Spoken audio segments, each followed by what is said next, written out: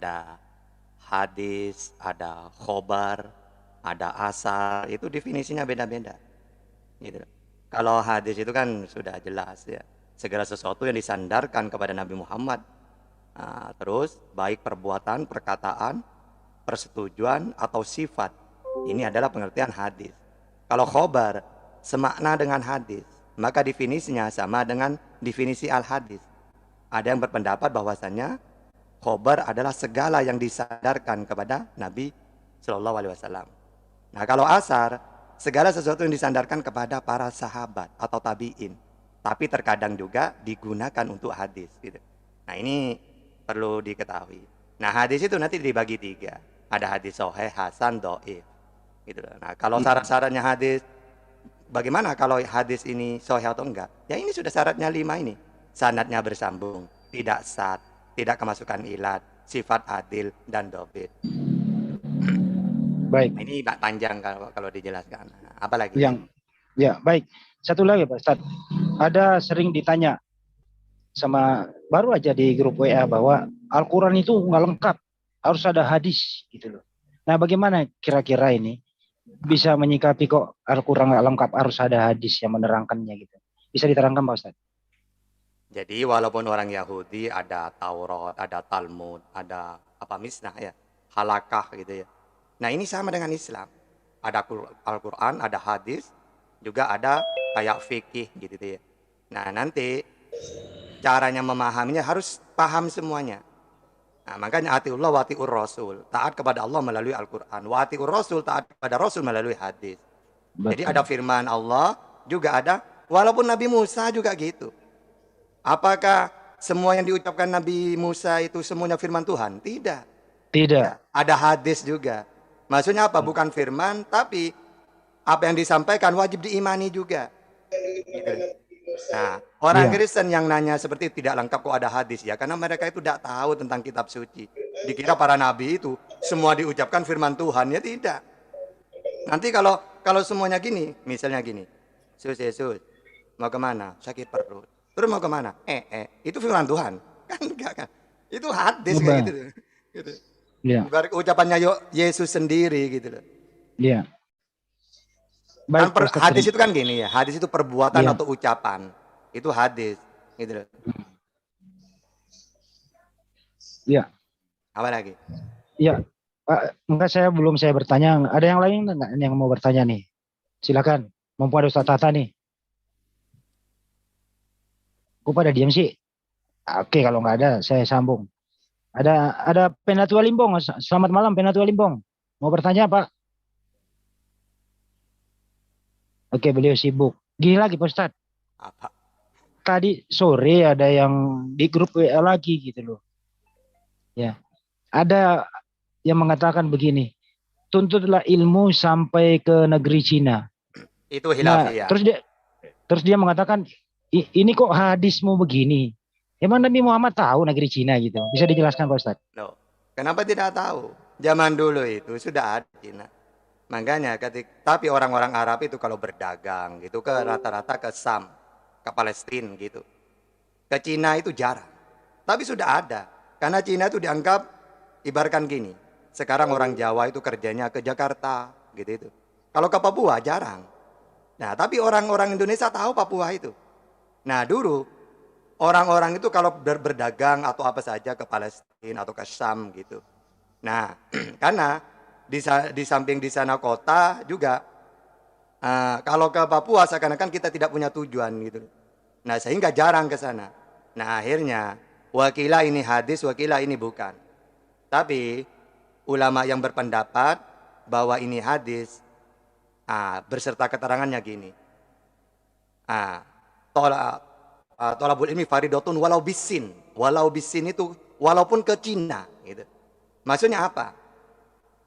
Sangat diwajibkan. Bahkan andaikan di Arab ada, Madinah ada, sampai ke Sam ada.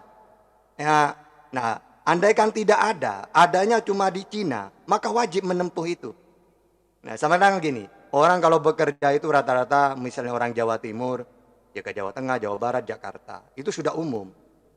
Andaikan tidak ada pekerjaan, di Jawa Tengah, Jawa Barat, Jakarta, yang ada di Papua, wajib kita ke sana. Nah, berarti bekerja itu menandakan sangat diperlukan. Nah, sama dengan ilmu, ilmu itu wajib dicari. Andaikan tidak ada di Arab, di Madinah, yang ada pesantren cuma di Cina, maka wajib kita menempuh ke sana. Dari wajibnya, gitu loh. Kalau cuma misalnya walau bisam, kan sudah biasa orang ke Sam itu. Nah, tapi kalau walau bisin, wah, dari wajibnya. Sampai Rasulullah mengatakan, walaupun di Cina wajib kita ke sana. Nah, gitu hadis itu maksudnya ya. Iya. Jadi apa? Ya gitu. Iya, iya gitu. Paham. Artinya tidak ada batasan untuk mencari ilmu dimanapun itu, yang penting tidak bertentangan Al-Quran Sunnah ya Pak Ustadz. Iya. Iya. Terus apa lagi? Terus kemudian misalnya nih kalau nggak ada diterangkan di hadis, terus kemudian masalah fikih ya Pak Ustadz, di zaman modern ini gitu ya. Nabi Muhammad dulu kan nggak pernah naik mobil Pak Ustadz. Nah sekarang ya kenapa kita harus naik mobil? Nah ini kan gimana cara menyikapi kalau ada pertanyaan kayak gini? Begini, ada hukum-hukum syariat, ya, hukum-hukum yang diturunkan oleh Allah gitu itu. Itu Quran dan hadis. Ya selain itu, ya terserah. Yang penting tidak bertentangan gitu loh. Makanya tidak semua sesuatu yang tidak di zaman Rasulullah itu ada sekarang. Bid'ah, ya tidak. Gitu loh. Selagi itu tidak bertentangan dengan Quran dan hadis, itu bukan bid'ah namanya. Kecuali kita membahas syariat, fikih, atau apa saja. Maka harus ada pedoman, yaitu Quran dan hadis. Selain itu, ya bebas kita. Perbuatan apapun yang penting tidak melanggar syariat, Quran, hadis, ajaran Islam, ya silahkan. Mau naik mobil, mau naik apa, terserah, tidak ada hubungannya. Gitu. Ya, oke lanjut. Iya. Kalau merokok sama vape itu kan sekarang banyak yang vape ini beralih dari rokok ke vape. Gimana nih Pak Ustadz? Nah, itu Jangan ketawa lu pada yang vape, rokok. jangan ketawa. Hukum rokok itu kalau Batsul Masail. Batsul Masail itu musyawarah antar pesantren. Setelah dikupas bagaimana hukumnya rokok, maka paling bawah hukumnya makruh. Nah, kenapa kok tidak haram saja? Karena tidak ada dalil yang jelas. Misalnya hadis atau Quran nggak ada. Semuanya cuma mengira-ngirakan. Wah ini kan sesuatu yang baik maka halal, yang tidak baik. Nah intinya itu bukan rokok kan gitu. Sehingga ulama minimal makruh paling bawah. Tapi kalau ada orang mengatakan haram ya silahkan. Makruh silahkan. Gitu aja. Jangan mengharamkan orang merokok, jangan haram kamu, jangan. Jangan. Kalau vape gimana Pak Ustadz? Vape ngebul juga loh. Bang Pul itu langsung dipraktekin nih. Ya coba. Ayo Pak Yan, tanggung jawab Pak Yan. Sama Pak De. Bang Mas Pul langsung. Saya harus menjawab atau ini aja. Silakan Ustaz jawab. Kalau vape gimana Pak? Sama itu ibaratkan sekte ya. Rokok itu sekte, ada sekte. Sekte vape, ada sekte rokok ini. Itu misionarisnya tuh Mas Rizky, itu More Rizky. Vape ini misionarisnya. Oke, kembali yang serius. Ya ada yang bertanya, silakan. Saat itu masalah vape itu ada netizen komentar, katanya tolong kalau lagi live itu yang narasumbernya atau jangan pada vape di kamera katanya. Jangan ngerokok katanya gitu, kurang pantas gitu kata Pak Ustadz. Itu gimana tuh Pak Ustadz komentarnya? Bagus. Ya, ini kritik bagus ini. Ya namanya komentar ya. Ya ada apa-apa bagus. Namanya komentar itu kritikan apapun kalau tujuannya baik, ya kita terima saja. Walaupun saya itu merokok, tapi kalau live enggak saya. Walaupun ngaji Iqra, ayo udah tutup karena saya terburu mau rokok. Kalau sudah ditutup bebas baru saya merokok. Tapi selama masih kajian atau live enggak. Nah, masalah kritikan kayak gitu udah masalah bagus. Gitu ya. Tergantung nanti Amir memutuskan. Sekarang kan belum ada. Amir memutuskan. Ingat ya, kalau live tidak boleh merokok, kan tidak ada aturan dari Amir. Ya, udah. Dimaafkan itu apa? Dimaafkan. Gitu ya. Ya. Ada lagi? Ibu Sipana Mualaf? Nah lagi nih mu'alaf, kebetulan dari pertanyaan dari mu'alaf, katanya gini, dia kan baru mu'alaf nih belum lama, terus dia ngomong sama papanya kan, kata papanya gini, nonton tuh video debat-debat MKC sama pendeta katanya, apa MKC bilang apa, kitab kuning itu kitabnya jin katanya, itu gimana tuh Pak Ustadz? Tolong penjelasannya Pak Ustadz, biar ada pencerahan buat mu'alaf-mu'alaf baru. Jadi ya diterangkan. Diterangkan kitab kuning ini seperti apa sih Pak Ustadz? Silakan. Jadi gini ya. Ah, apa? Ma yuridillahu khairan yufaqihu fiddin. Barang siapa yang Allah berkehendak baik kepada orang itu, maka yufaqihu fiddin. Dia diberi pemahaman tentang agama. Jadi fikih itu apa? Kalau fakih, orang yang paham agama gitu loh. Imam Syafi'i, Imam Malik, Imam Hambali, ya, Imam Hanafi, ini kan orang yang ngerti agama tentang Quran dan hadis. Lalu disimpulkan bagian syariat dijadikan fikih. Fikih kitab kuning, sumberan Quran dan hadis. Begitu juga ada kias, ada ijma gitu itu.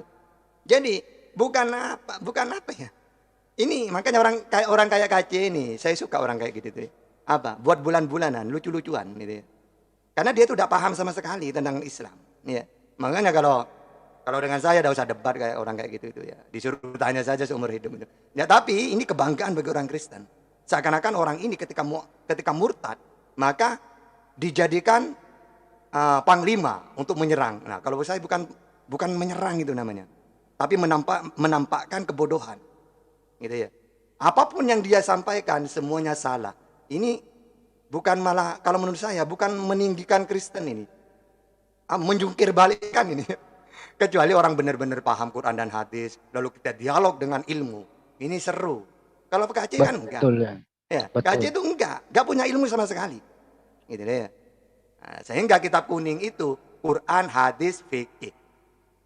Taurat, Talmud, nanti ada Mikdas, ada Halakah. Sama dengan Islam. Gitu ya. Nah, sehingga orang-orang kayak mereka ini, mereka kan cuma taunya Bible. Ya, Bible itu terjemahan, udah. Nah, coba orang Yahudi. Ada banyak kitabnya. Yang paham siapa? Rabi. Islam banyak kitabnya. Quran, hadis, fikih. Nah, yang paham siapa? Ulama. Ulama itu siapa? Warasatul Anbiya. Pewaris Nabi. Sama dengan orang Yahudi zaman dulu. Gitu ya. Nah, ini orang tidak ngerti kayak gitu. Biarin aja. Seneng saya. Ada orang-orang seperti itu seneng mana. Ya.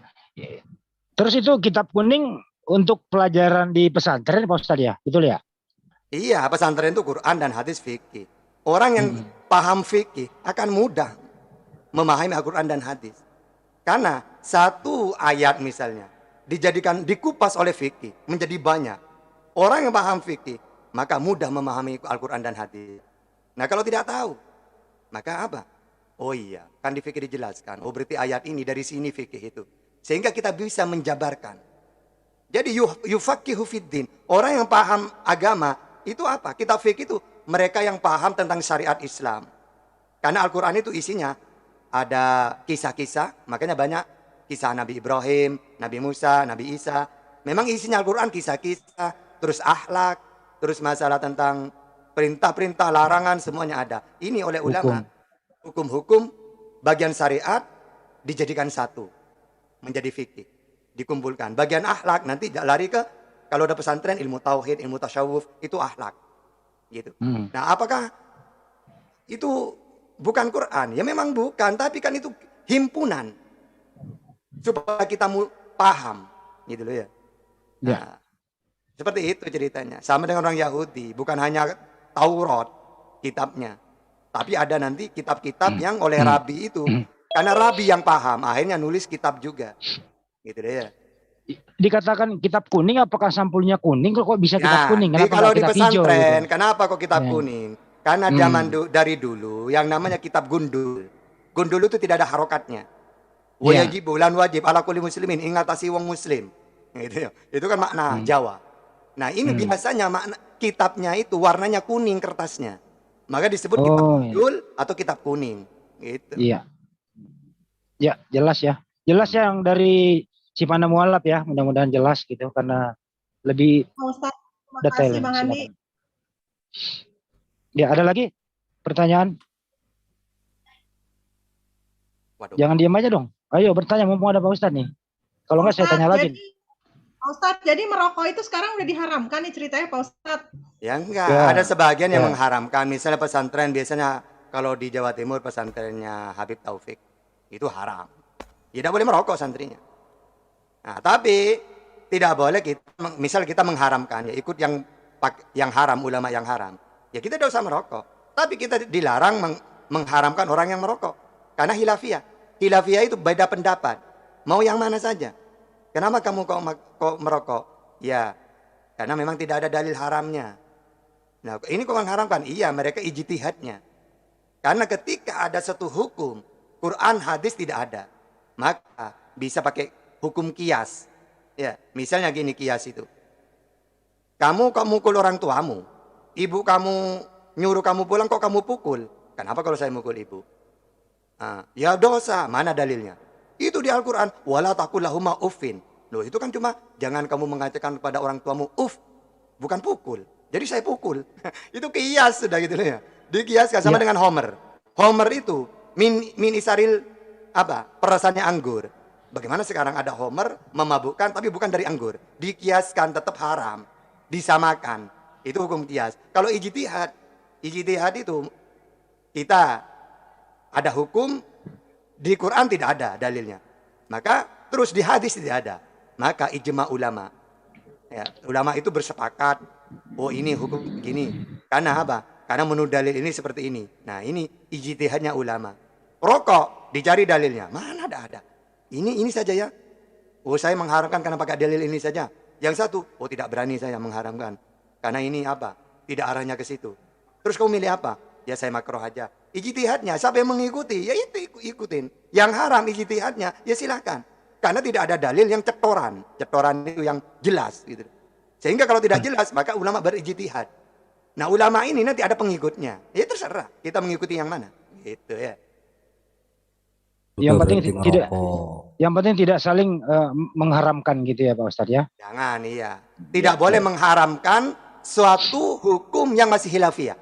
Nggak boleh. Betul. Ya, jelas ya pertanyaannya ya Bu Sipana. Jelas, Pak Ustadz. Terima kasih, Pak Ustadz. Sudah, kita berhenti kok. Ada lagi pertanyaan Pak Ustadz dari Ibu Astuti di Sulawesi Tengah. Palu, Tondo. Iya, Palu. Iya. Ibu Astuti pertanyaan begini, Pak Ustadz. Saya punya anak gadis, Pak Ustadz. Sudah balik 17 tahun gitu. Tapi dia punya pacar. Tapi sering dia berduaan keluar. Bagaimana menyikapi ini? Sikap seperti ini fenomena anak muda sekarang yang pacaran boncengan motor gitu Pak Ustadz. Ini Ibu Astuti dari Palu. Tidak. Silakan. Itu kalau dalam Islam ya. Tapi di sini sudah jadi kebiasaan seakan-akan tidak apa-apa. Jangankan pacaran, tunangan aja tidak boleh. Saya bertunangan. Saya misalnya mau menikahi tunangan dengan anaknya Ustadz Sugi. Udah tunangan resmi, Ustadz Sugi sudah setuju. Tinggal nunggu hari hanya. Nah ini tetap tidak boleh saya bawa itu boncengan itu. Belum menikah. Apalagi yang pacaran. Karena orang perempuan keluar rumah harus ditemani mahramnya. Dan menutupi aurat. Nah jadi gitu. Ya intinya tidak boleh seperti itu. Ya. Wong sudah hitbah. Ya. Tunangan aja tidak boleh. Ya. Padahal orang tuanya sudah sama-sama setuju. Tinggal hari hanya ditentukan. Kurang 1 minggu misalnya. Atau kurang 1 hari. Saya bilang, Pak Sugi, tak bawa dulu Ustaz. Mau beli emas cincin perkawinan. Itu udah boleh. Dibonceng gitu. Apalagi pacaran gitu ya. Iya, betul. Ya, jelas ya Ibu Astuti. Jadi, tolong anak ibu janganlah terlalu dikendorkan waktunya begitu ya. Aduh. Ada lagi yang mau bertanya nggak nih? Ada. Ini barusan dapat live chatnya dari Ibu Uum nih. Ibu silakan, saya tinggalkan dulu 3 menit, saya mau ke pos RW bentar ya. Ya. Urus administrasi. Ya. 3 menit gua. Dari Bu Uum nih, Pak Ustadz. Pertanyaannya. Assalamualaikum Pak Ustadz. Saya pernah baca sebuah hadis yang artinya begini. Allah itu sesuai dengan prasangka hambanya. Nah, bagaimana caranya agar kita selalu yakin dan berprasangka baik terhadap segala sesuatu yang menjadi ketetapan dari Allah, Pak Ustadz. Demikian. Itu hadisnya, hadis qudsi kalau tidak salah. Ana inda doni abdibi. Saya mengikuti prasangkanya hambaku. Makanya orang-orang kadang-kadang di Jawa, terutama di pelosok, jangan ke situ. Nanti kamu celaka. Gitu ya. Ini sudah menjadi kebiasaan. Orang yang datang ke situ biasanya celaka beneran. Karena sudah persangkanya seperti itu, diturutin oleh Allah. Gitu ya. Ana inda doni abdibi. Saya mengikuti persangkanya umatku, hambaku. Kalau menurut dia ya seperti itu, ya sudah saya turutin. Oh, kalau kamu seperti ini ya, di hari ini, maka kamu misalnya orang hamil, terus gerhana sih. Iya, gerhana ya apa? Gerhana bulan gitu ya. Gerhana namanya. Nah, terus orang hamil harus apa? Harus mandi malam itu. Nah, ini kan banyak adat-adat di Jawa itu terjadi beneran kalau dilanggar gitu. Nah, padahal di kota-kota tidak ada seperti itu. Kenapa kok beda? Yang ini dilakukan beneran kok terjadi beneran. Di kota, orang-orang kota atau di daerah lain tidak melakukan seperti itu. Kenapa tidak terjadi apa-apa? Berarti menurut keyakinan mereka itu dipenuhi oleh Allah, diturutin. Ana indoni abdibi. Saya mengikuti persangka kamu. Kalau kamu nyangka seperti ini, ya sudah. Ya, kalau kamu tidak lakukan, ya sudah, maka terjadi beneran. Karena keyakinannya orang dibuat-buat sendiri gitu. Paham? Paham, Pak Ustadz. Nah, ini nyambung nih, Bu Munaroh ini, Pak Ustadz. Nah, kalau seperti ini, Pak Ustadz, bagaimana cara membangun keyakinan kita kepada Allah bahwa segala sesuatu, termasuk rezeki dan sebagainya itu sudah dijamin, begitu Pak Ustadz? Karena kita manusia biasa tidak luput dari godaan-godaan setan, ya rasa khawatir, rasa takut, begitu Pak Ustadz. Ini juga nyambung.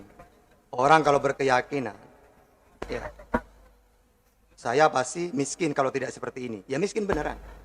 Ada orang keyakinan, sama dulu terjadi. Ini dalil dulu. Dalil ada 3, saya jelaskan. Ya. Yang pertama, wa ma min ghaibatin fis sama'i wal ardi illa fi kitabin mubin. Segala sesuatu sebelum Allah menciptakan langit dan bumi 500 tahun sudah ditetapkan semua makhluk-makhluk ini. Saya tahta, lahir tanggal berapa, jam berapa, rezekinya berapa, matinya kapan, ada sudah.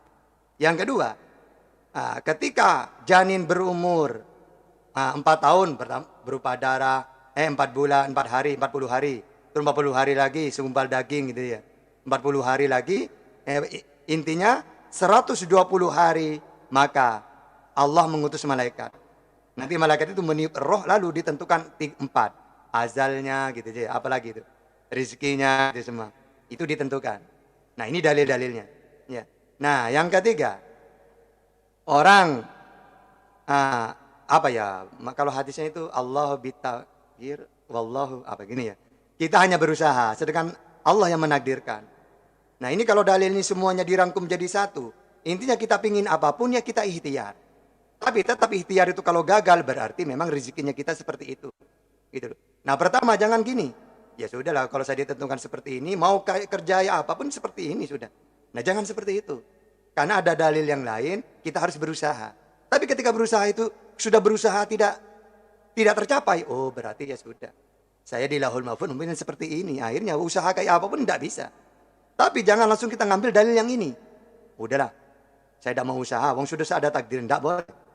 Pertama harus pakai dalil yang kita berusaha dulu. Nah, ketika usaha gagal, oh baru pakai dalil yang kedua. Iya, memang saya sudah ditetapkan mungkin rezeki saya sekian udah. Ya, karena apa? Pekerjaan bisa ditiru, rezeki tidak bisa. Kenapa kamu kaya? Apa kerja kamu? Saya kerja gini. Akhirnya uang saya eman, berapa M. Lalu kamu tiru pekerjaannya, tidak mungkin sama. Gitu ya. Nah, pekerjaan bisa ditiru, rezeki tidak bisa. Mungkin orang itu walaupun kerjanya seperti itu, memang rezekinya sudah eman. Kita, rezekinya cuma ratusan juta, ikut kerjaan yang sama seperti dia, tidak bisa. Tetap tidak akan sama. Kalau pekerjaan dengan rezekinya bisa ditiru, enak dong. Kamu kerja apa kok miliaran uangnya? Kerja seperti ini, ikutin. Ya, enak kan ya. Nah, maka seperti itu. Jadi pertama harus yakin. Memang semua ditakdirkan oleh Allah.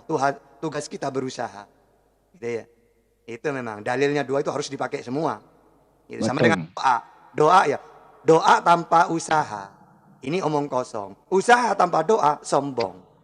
Kenapa kok doa tanpa usaha omong kosong? Ya doa melulu. Tidak berusaha. Ya tidak dapat apa-apa. Begitu juga usaha saja tanpa doa sombong. Seakan-akan pekerjaan yang kita hasilkan dari usaha kita sendiri. Yang bagus bagaimana? 2 dalil dipakai. Ya usaha, ya berdoa gitu. Ya. Betul. Saya udah kembali. Masih ada pertanyaan? Saya mau bertanya lagi nih kalau nggak ada nih. Bukan saya bertanya, ada dari netizen. Dari netizen nih Bang Handi. Ya silakan gantian, monggo. Katanya gini, pada saat Firman itu apa kan katanya Firman menjadi Allah ya kan? Firman itu katanya Firman menjadi Yesus, bukan jadi Allah. Firman menjadi Yesus. Oh itu jangan ke situ. Ini pertanyaannya begitu. Jangan, nggak boleh. Ustaz Tata nggak boleh menjawab itu. Ini usul Islam. Ya udah nggak jadi. Udah yang lain aja Bang. Oke, Ibu Atika Ponorogo, Pak Ustaz. Bagaimana sih tanda-tanda itu, tanda laki-laki yang baik untuk menjadi calon suami, Pak Ustaz? Seperti apa sih memilah-milahnya gitu, Pak Ustaz? Monggo, Pak Ustaz. Kalau orang dulu itu ilmunya, ya. Nah, kedua, kalau orang berilmu pas sholatnya baik, akhlaknya baik, kebanyakan. Kan belum tentu Ustaz loh. Tapi kan kebanyakan seperti itu. Ya. Sehingga kalau ada di daerah saya dulu kalau sekarang enggak. Nah, kita mau menikahi anaknya orang. Maka oleh orang tuanya itu ditanyain gini, mondok di mana dulu? Gitu. Bukan pekerjaan, mondok di mana? Oh, saya di Lirboyo misalnya. Langsung diterima itu. Pernah nyantri enggak gitu. Kalau sekarang enggak. Ya. Kerja apa gitu sekarang. Punya apa? Motornya merek apa? Apa? Salah, pertanyaannya nggak begitu sekarang, Ustadz. Apa? Punya akun YouTube enggak? Oh iya. Subscribe-nya berapa gitu? Iya. Waduh. Nah, jadi intinya, jadi kalau kita pakai dalil, sama orang kalau pakai dalil gini, orang itu menikah biasanya karena 4. Bijamaliha, nasab, ya, kecantikan, nasab, terus harta. Maka carilah yang nomor 4, apa? Agamanya. Gitu. Karena ada dulu tuh orang Arab biasanya nasab. Kalau orang Mesir biasanya kecantikan. Eropa tahta. Bukan saya ya. Maksudnya pangkat-pangkat gitu. Nah, oleh Rasulullah saya diutus. Ya. Ini ingin menghapus yang tidak benar-benar itu. Ya. Apa? Kalau kamu menikah jangan seperti orang-orang zaman dahulu. Jadi ketika orang-orang itu memilih di antara kecantikan, nasab, harta, maka kamu umatku carilah yang agamanya kuat, gitu. Betul. Silakan Islam cerdas semua bertanya. Ya.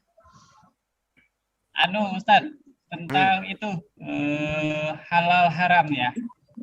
Umpamanya gini ya Ustaz ya. Kita pergi suatu tempat ini ya yang mayoritas nggak muslim lah gitu. Jadi kita beli makanan atau sarapan di tempat itu. Tapi hati kita ini berkata kayak mana ya? Rasa-rasa ada bercampur dengan yang haram gitu kita sarapan. Ya, jadi itu menanggapinya gimana Ustaz? Itu kan sesuai pemikiran kita juga. Ya jangan dimakan Pak. Gini, sesuatu yang tidak jelas itu gini. Ada haram, ada halal. Di tengah-tengahnya subhat. Ini kan kalau dilihat dari makannya, misalnya, udah, ini daging apa? Ada dagingnya rasanya. Tapi tidak jelas. Berarti untuk menentukan haram tidak jelas. Mau menentukan halal tidak jelas. Maka di tengah-tengah itu subhat. Subhat itu ibaratkan ditimbang. Itu berat ke haramnya. Misalnya gini. Ini ya. Nah yang ini haram. Berarti, yang lebih berat haram. Makanya tinggalkan subhat itu. Gitu. Kecuali yang jelas. Nah, ini jelas ini, haram ini. Ya sudah jangan dimakan. Ya. Kalau halal ya dimakan. Kalau bingung subhat. Subhat ditinggalkan aslinya. Nah, tapi kalau misalnya daging kita dikirim, tapi orang Yahudi, ya, maka sembelihlah kata Rasulullah dengan bismillah. Ya Rasulullah ini kan tidak jelas ini dagingnya kata Siti Aisyah. Ya sudah saya sembelih dengan bismillah gitu. Kalau memang masalah sembelihan itu. Tapi kalau sudah daging, kita ragu. Maka orang yang ragu itu ya nyamannya ragu. Ya. Mau dimakan atau tidak, ya terserah. Wong tidak jelas. Berarti subhat. Gitu. Subhat lebih berat ke haramnya. Gitu. Oke Ustadz, terima kasih. Assalamualaikum Pak Ustadz. Ada yang mau bertanya nih Pak Ustadz dari netizen. Iya, Waalaikumsalam. Silakan, sebutkan namanya netizennya. Dari Monggo. Pak Ganep. Gini Ya, Pak Ustadz. monggo. Kita kan membuka usaha pancingan kan. Nah, setiap orang dikenakan biaya 35.000 dan dilepaskan 1 kilo. Jika yang mancing tidak dapat terus tidak ikhlas, gimana hukumnya Pak Ustadz? Ada unsur. judi ya. Ada unsur judi. keberuntungan ini. Keberuntungan itu tidak boleh dalam Islam itu. Ibaratkan gini. Walaupun kita secara akal menolak. Karena apa? Enggak seperti itu saya. Tetap haram. Intinya sesuatu yang masih tebak-tebakan. Makanya taruhan itu kan gini ya. Kalau saya menang berarti saya bahagia. Sana yang rugi. Tapi kan sana tidak merasa rugi Ustaz. Walaupun tidak merasa. Ketika ada salah satu yang ada dirugikan. Walaupun menurut kita tidak rugi. Tetap itu tidak boleh itu. Atau hal-hal yang misalnya mancing apa. Ini kan ibaratkan kita itu. Kalau saya ya enak. Kalau enggak ya biarin. Nah ini tidak boleh. Ya. Hal-hal seperti itu ditinggalkan. Baik. Ibaratkan apa ya. Yang boleh seperti apa Ustadz? Hah? Yang boleh seperti apa? Nah, Ya, kalau usaha. masalah, Ini berkaitan dengan mancing itu. ya tidak usah seperti itu, langsung mancing di danau gitu. Mancing aja. Kalau begini gimana Ustadz solusinya? Gimana? Nanti kalau dapat ditimbang berapa kilo, barulah dibayar sesuai. Kalau begini Nggak apa-apa itu. Ya gak apa-apa. Karena gini ya. Itu hal-hal seperti itu kalau saya kan sering barsul masail ya. Biasanya hilafiyah. Biasanya hilafiyah kayak gitu itu. Ya. Yang jelas kalau memang pingin tahu secara global, ya, secara singkat, sesuatu yang ibaratkan kita itu tepak-tepaan itu tidak boleh. Gitu. Nah kalau mancing umumnya itu kebanyakan itu boleh. Anda kan ada itu pasti sebagian ulama. Misalnya kita mancing nanti dapat berapa, lalu ditimbang nanti bayar berapa. Nah itu justru kalau itu sebenarnya solusi gitu loh. Biar tidak ada yang dirugikan gitu loh. Karena inti dari Islam itu biar tidak ada sesuatu yang dirugikan pihak lain kan gitu intinya. Gitu. Di fikih. Ada lagi Pak Ustaz? Tanya lagi nih Ustaz dari netizen. Ini pertanyaannya, adakah jalan meminta maaf kepada orang tua yang sudah meninggal Ustaz? Dari Hasna Majid Ustaz. Ya caranya ya banyak caranya. Jangankan orang tua, kita minta maaf kepada orang yang sudah meninggal, atau hutang kepada orang yang sudah meninggal, atau punya salah kepada orang, tidak sempat kita itu minta maaf waktu hidupnya. Ya ada semua. Nah kalau orang tua cukup apa? Menjadi anak yang soleh. Sehingga apa? Minta maaf sudah apa? Tidak ada orang tuanya. Ya caranya itu sudah. Jadilah anak yang soleh, selalu mendoakan, ya ingat terus kepada orang tua. Gitu. Ya itu caranya sudah satu-satunya. Oke. Baik, satu lagi Pak Ustadz. Ada nih dari Pak Akmal, Kabupaten Goa, Sulawesi Selatan. Mengenai fenomena yang berkembang sekarang ini, banyak yang menghinakan dan menistakan tentu dengan membaca ayat suci Al-Quran dan menambah-nambahkan gitu. Nah, bagaimana hukumnya di kelak nanti orang yang seperti ini? Fal matabawa gitu ya, kayak hadisnya itu. Maka dia akan ibaratkan didudukkan di api neraka. Jangankan Al-Quran, hadis saja tidak boleh. Ya. Menambah-nambah itu tidak bisa, apalagi Al-Quran. Wong kita atas nama Rasulullah saja ngomong tidak boleh. Ya. Apalagi Al-Quran yang jelas-jelas ditambah-tambah. Ya, jelas haram itu. Kalau Islam itu bahaya orang kayak gitu itu. Menyesatkan gitu. Kalau di luar Islam seperti Kasman Sunet itu gimana Pak Ustadz hukumnya itu dia di agama Islam? Ya, kalau masalah wong dia sudah non muslim, ya maka kita pakai Islam apa? Nah, di zamannya Rasulullah kalau menghina kayak gitu itu kan parah ya. Nah, kalau sekarang Nabi hukumnya harus secara hukum kalau sekarang. Gitu. Di akhirat gimana nanti orang kayak gitu Pak? Di akhirat walaupun tak gitu, kalau di akhirat ini neraka orang bukan Islam. Orang di dunia udah dilumuri tai, gimana pula di akhirat lebih parah. Nah, iya. Oke, jadi, baik. walaupun dia tidak menambah, tetap dia itu kekal di neraka orang kafir. Nauzubillah min dzalik. Baik. Ada lagi Pak Ustadz dari Ibu XX di negeri seberang, tidak mau disebutkan namanya. Saya merek sudah mobil SS. saya no name. Saya sudah 2 tahun. Waduh, siapa ini? Tolong dong. Ini serius ini. Aduh, siapa sih? Tolong di-mute dulu dong. Saya sudah 2 tahun Pak Ustadz tidak diberi nafkah lahir batin oleh suami saya. Saya sebenarnya dalam hati itu sudah memutuskan untuk cerai. Tapi saya mengajukan cerai, suami saya menolaknya Pak Ustadz. Nah, bagaimana caranya? Orang yang mencerai istrinya karena ada sebab namanya tolak. Tapi kalau perempuan tolak namanya hulu. Hulu itu gini, datang ke hakim. Jelaskan, Pak Hakim, tidak dinafkahi oleh suami saya. Maka hakim yang mentolak, ya sudah, panggil suaminya, sekarang istri kamu tolak. Udah, mau tidak mau tolak, udah. Hakim yang mentolak, namanya hulu. Hulu itu tuntutan dari pihak perempuan, karena tidak ada keadilan. Misalnya tidak dinafkahi, atau selalu disakitin, atau tidak ada kasih sayang, gitu. Jadi jangan dikira laki-laki tolak laki-laki. Perempuan punya hulu. Ya. Jadi hulu itu tuntutan dari perempuan ke hakim. Nanti hakim yang mentolak, yang memutuskan. Jadi jangan bilang suami saya tidak mau mentolak saya. Iya, aku kamu tanya ke suamimu. Coba nanya ke hakim. Ditolak udah.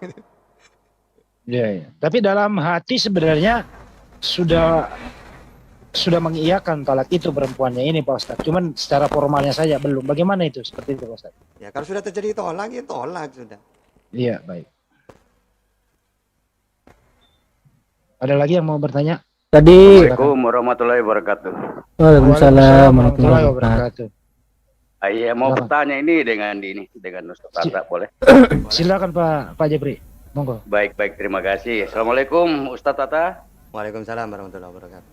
Mau bertanya ini Pak Ustadz ini seumpamanya ada seorang muslim. Suatu ketika dia keluar negeri lantas dia memakan babi tanpa dia ketahui. Namun di dalam perjalanan hidupnya lagi suatu ketika dia terbaptis dengan realita tetapi dia menganggap itu bukan baptis. Tetapi secara realita dia terbaptis. Bagaimana kira-kira itu Pak Ustadz? Ya. Ini saya tidak paham. Tapi intinya kalau dia makan babi karena tidak tahu, ya tidak apa-apa. Makfu itu dimaafkan. Sesuatu yang tidak tahu, jangankan itu. Apapun syariat Islam kalau dilanggar tidak tahu, tidak apa-apa. Dimaafkan oleh Allah. Tapi dia punya tuntutan lain. Apa? Kenapa dia tidak mencari ilmu? Ini nanti yang dituntut oleh Allah. Nah, tapi kalau masalah dia misalnya karena tidak tahu melakukan sesuatu yang diharamkan. Nah, itu dimaafkan.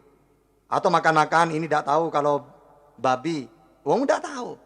Allah la yukallifu nafsan illa wus'aha. Ya, tidak memberatkan pada manusia, umat Islam gitu. Nah, terus masalah baptis itu gimana Mas? Saya tidak paham ya.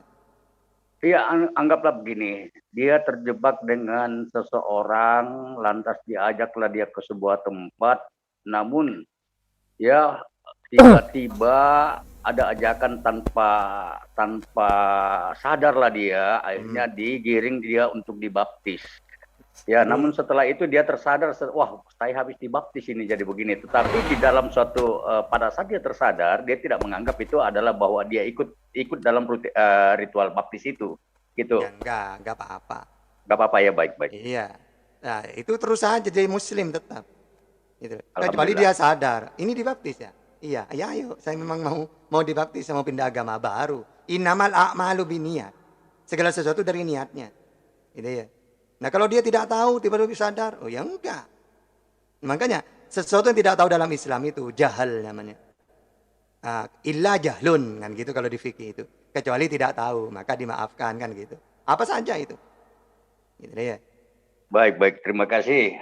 Terima kasih banyak Ustadz. Lanjut dengan Di. Assalamualaikum Pak Ustadz. Silakan. Ini dari netizen nih Pak Ustadz, pertanyaan lagi. Ada 2 Sebutkan namanya dong netizennya. Siap. Ini dari PP Yani. Pak Ustadz, apa yang dimaksud dengan gibah? Dan apa yang harus kita lakukan di saat mendengar gibahan ini? Monggo Pak Ustadz. Nanti satu lagi. Gibah itu menyebut saudaranya. Misalnya saya sekarang menyebut Ustaz Sugi. Ya, Ustaz Sugi tidak ada di room ini. Ustaz Sugi itu sombong. Ya, sok paham aja gini bibel-bibel itu. Nah, ini kan saya ini menjelek-jelekan dia. Ini gibah namanya. Kenapa saya yang jadi contoh? Ya, jangan ya Ustaz Sugi. Maaf. Tony aja lah. Kualat nanti saya, kualat nanti. Tony aja gitu. Lanjut, Ustaz, nggak apa-apa. Nah, terus kecuali gini. Beda dengan gini. Kemana Ustaz Sugi? Tahu. Masya Allah ilmunya, kristologinya mengalahkan pendeta yang asli agama mereka. Ini tidak apa-apa. Ya karena apa? Karena ini andaikan orang ini mendengar, kan tidak marah. Tata, saya tuntut kamu. Kamu mengatakan saya pinter, kan tidak mungkin kan? Nah jadi gibah itu syaratnya pertama tidak ada orangnya. Dua, andaikan dia mendengar, dia akan marah. Tapi kalau dia mendengar tidak marah. Misalnya kita, kemana Tony itu? Sepi, tidak ada dia. Nah, ini tidak apa-apa, bukan gibah namanya. Gitu ya. Nah, kadang-kadang gibah ini disalahpahamkan sama orang. Ini saya tidak mau gibah loh, ini memang kenyataan. Loh, justru kalau kenyataan itu, apa? Bukan masalah itu, intinya tidak ada orangnya gitu. Maka kalau kenyataan ini fitnah malah. Gitu. Mau kenyataan atau tidak, kalau tidak ada orangnya, andaikan dia mendengar, dia marah, ini namanya gibah gitu loh. Ya, itu saja syaratnya, harus tidak ada orangnya. Dua, perkataan dia itu andaikan mendengar orang yang tidak ada itu, dia akan marah, tersinggung. Gitu. Itu saja syaratnya. Iya. Oke, pertanyaan kedua ya Pak Ustadz ya. Ini dari Dewi Retno Tukino Sonokromo. Waduh. Bedanya hukum waris menurut syariat Islam dengan hukum waris menurut agama negara? Ya enggak. Kalau sudah ada hukum waris, ya ada hukum negara. Tidak bisa. Ya. Berarti kalau ada seperti itu, berarti kalau kita pakai negara maka keluar dari syariat Islam kan gitu. Ya enggak, harus waris itu ada di dalam Al-Qur'an. Ya. Terus dipraktekkan harusnya. Nah, sehingga kalau ada orang tua bapaknya meninggal, maka panggillah ustadz atau kiai yang paham ilmu waris. Nanti dia yang menentukan, oh anak kamu yang satu dapat ini. Oh asobah ke sana gitu. Jadi tidak bisa. Masa ada hukum negara waris itu? Kan tidak ada. Kan? Kalau ada, misalnya ada, salah sebenarnya. Kecuali negara mengikuti syariat waris. Tidak masalah. Tapi kalau ngarang sendiri tidak bisa berbenturan ini. Sekarang kan kita disuruh milih. Milih agama atau milih negara kan gitu. Tapi yang saya tahu tidak ada negara hukum waris atas nama negara, tidak ada.